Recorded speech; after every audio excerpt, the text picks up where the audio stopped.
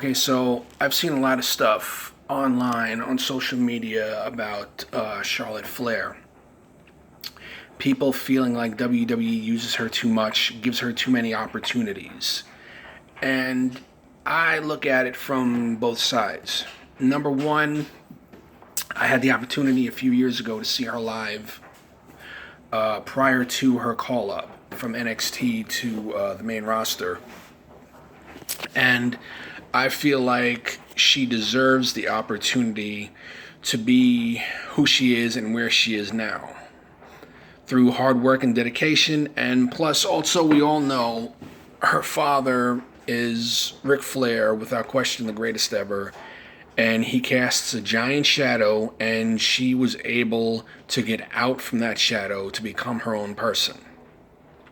So I don't fault her for her success and everything that she has now, because she looks the way she looks, she talks the way she talks, and she does what she does in the ring. And who wouldn't want someone like her to be in the forefront, doing media, doing public appearances, doing interviews, so on and so forth.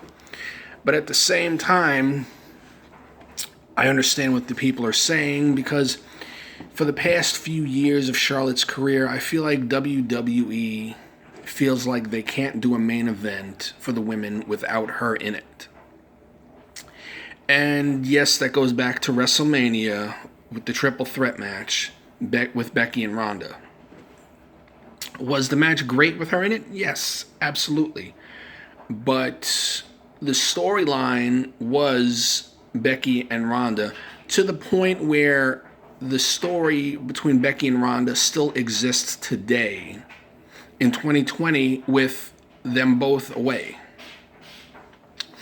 And I feel like WWE should have let it be Ronda and Becky one-on-one, considering the fact that, number one, like I said, that was the story, still is today.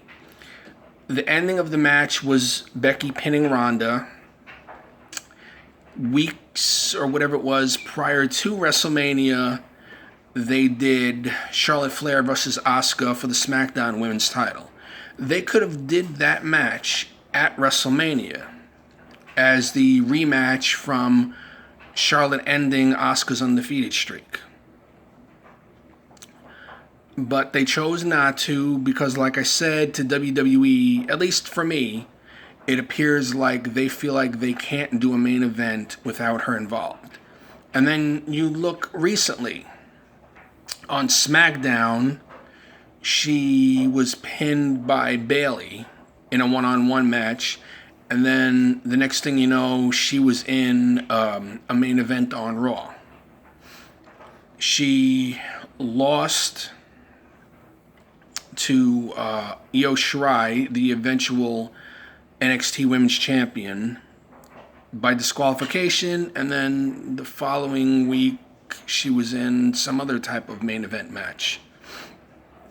So that's just my opinion. I feel like you're damned if you do, you're damned if you don't with Charlotte, because A, you need her, B, you want someone like her in the forefront, like I said, because of how she looks, talks, and works. But at the same time, constantly giving her opportunities that you could give to someone else doesn't make you look good. So ultimately, like I said, you're damned if you do, you're damned if you don't.